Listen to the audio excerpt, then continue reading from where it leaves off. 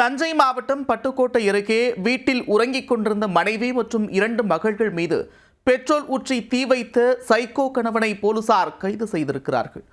குடிக்க பணம் கேட்டு தராததால் அரங்கேறிய கொடூர சம்பவத்தின் பின்னணி என்ன?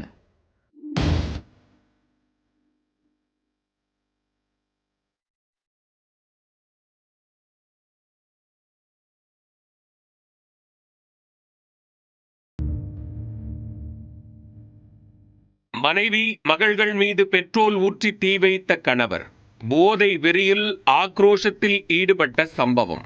நடந்தது என்ன?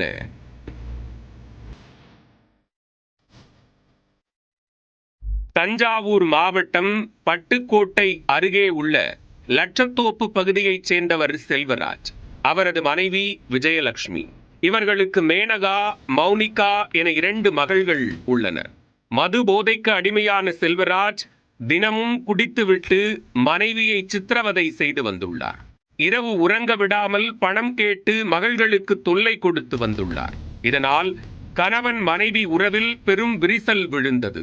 ஞாயிற்றுக்கிழமை இரவு வழக்கம் போல செல்வராஜ் தனது மனைவி மற்றும் மகள்களிடம் பணம் கேட்டு தகராறு செய்துள்ளார். ஆனால் பணம் தர விஜயலட்சுமி மறுத்துவிட்டார்.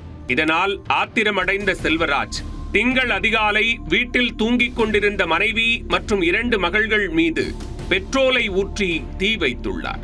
அவர்களின் அலறல் சத்தம் கேட்டு அக்கம் பக்கத்தினர் படுகாயமடைந்த 3 பேரையும் மீட்டு தஞ்சாவூர் மருத்துவமனையில் சிகிச்சைக்காக அனுமதித்தனர். இதுகுறித்து தகவல் அறிந்த பட்டுக்கோட்டை நகர போலீசார் வழக்கு பதிந்து தப்பியோடிய செல்வராஜை கைது செய்து விசாரணை நடத்தி வருகின்றனர். போதை வெறியில் குடும்பத்தினர் மீது பெட்ரோல் ஊற்றி தீ வைத்தாரா அல்லது வேறு ஏதேனும் பகையா என போலீசாரின் விசாரணை நீடிக்கிறது.